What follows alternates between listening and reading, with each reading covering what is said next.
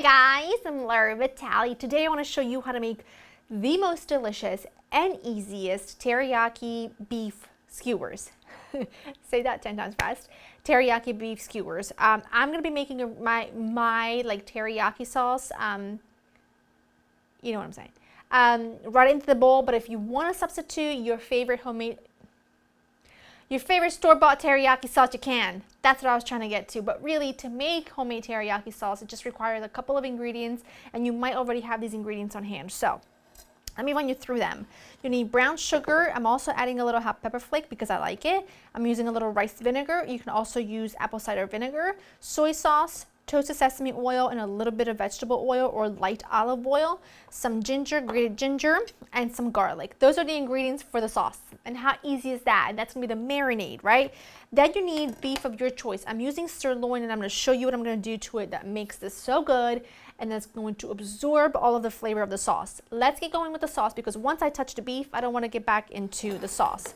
In a bowl, make sure your bowl is not so big that your beef is sort of swimming around the marinade. You want the beef to really be coating in the marinade, right? So brown sugar, it's gonna add sweetness and balance the salty soy sauce, but it's also low sodium. So every time I use soy sauce, I always use low sodium. Then your ginger, and then you're gonna grate in a lot of garlic. You know what? I'm hungry, so I can't think straight. I like to grate in my garlic. That way it kind of absorbs into the marinade and you don't get burnt pieces of garlic all over. So I'm going to go ahead and grate in about 5 to 6 cloves. You can do as much or as little as you want. Mix everything together and your marinade is done. Now, I've got a little over 2 pounds of sirloin here. That's why I have so much marinade. But if you're going to use a smaller piece, obviously cut the recipe in half for the marinade. It's got a big piece of fat here, which I'm going to cut right off because I don't need it. You know? So I'm just going to discard that. Now, if you follow me on IG, and you should if you don't, because I'm so awesome. You will have seen me speak about this a lot. This is one of my favorite tools in the kitchen. I don't know if I've ever shared it with you here. It is a meat tenderizer, okay? It is not like a fork. I mean, maybe it is kind of like a fork, but it's got a lot of prongs in there. And this is a step that I do every time I marinate. I do it a lot to tenderize chicken if I'm making it for Mia, even when I make chicken cutlets, right? And this will change the game when it comes to marinating anything. And it could be chicken or beef or pork, right? The marinade will absorb into the meat and making it completely, like it knocks it out of the park, okay? You don't get just the marinade on the outside.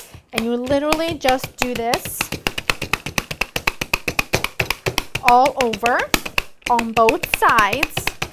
And it tenderizes it, right, obviously. And it also makes a lot of pockets for that marinade to go into. I get this on Amazon, and I am going to work on getting an Amazon store set up so that everything that I always use and you guys ask for is easily accessible.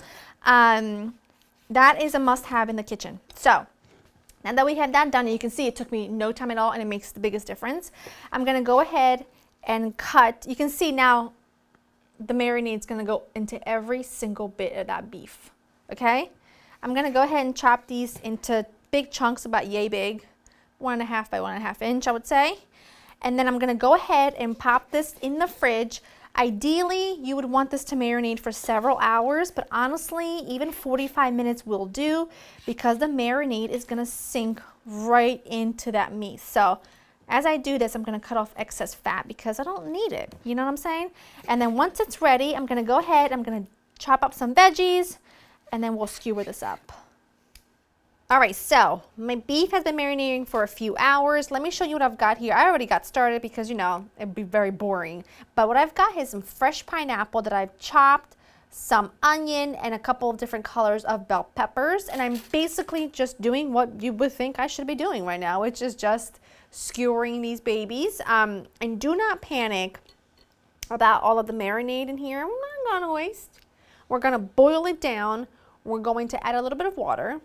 We're going to boil it down, And then once it's nice and thick and reduced by a whole lot, then we're gonna glaze these when they come off the grill. So nothing goes to waste. In terms of, you know, what way I'm getting these skewered, it does not matter, not at all. I'm literally just grabbing hunks of meat, some pineapple that will get just deliciously sweet and savory and just so fantastic. You're gonna have to trust me. I got about 8 here. I was able to get about 8 skewers done. But you know, you can really stretch these. If you were trying to make about 10, then I would just add more vegetables, add some zucchini, add some more different, you know, some yellow squash, whatever you want. Just sort of stretch it out so that you make your beef go a lot further. I'm gonna finish these 2. I've got my grill pan greased and hot, ready to go. I would do these outside, but I can't really take you outside. It's sort of not an easy thing to do. So I'm gonna finish these 2 and then we'll get them on the grill. Pop these on. I'm gonna do these in batches because I won't be able to fit all of them. Well, if I wiggle my way around, maybe I will. Maybe I won't, but I'm gonna try. These don't need very long. It's steak, so you don't have to cook it all the way through if you don't want to. I'm probably just gonna cook these for a couple minutes on each side, and I'll rotate all the different sides. In the meantime, this doesn't fit really well, so just wait. In the meantime, I'm gonna take this marinade, okay? I'll take this little piece out. I'm gonna take this marinade. I'm gonna add a splash of water, just a couple tablespoons, and I'm going to put it on my burner and let it reduce. And then once it's reduced, I'll show you what it looks like, and then we'll glaze these when they come off the grill. And that's it. My skewers are grilled to perfection. My sauce, I added some water and it has thickened beautifully. And then right before you go to serve it, you just take and you just paint. And you've got to serve this with some rice, because when you do this and you brush it on, there's so much flavor there that you don't want to lose. Look what the mess I just made. Why did I just do that?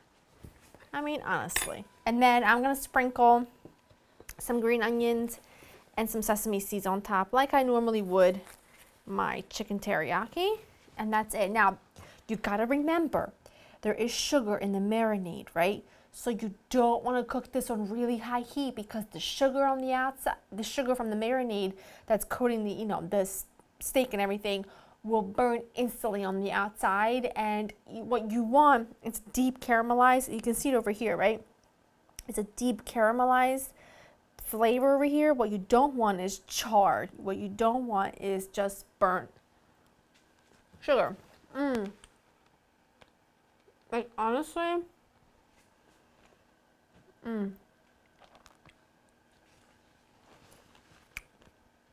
don't skimp on the pineapple. Don't skimp on anything, because it is so delicious. You will love it. And it goes without saying, you can do chicken, shrimp, tofu, scallops, whatever you want with this marinade, and it would be phenomenal. Go to laurainthekitchen.com for the written recipe. Hope you enjoy spending time with me, and I'll see you next time. Bye. This sauce is the best.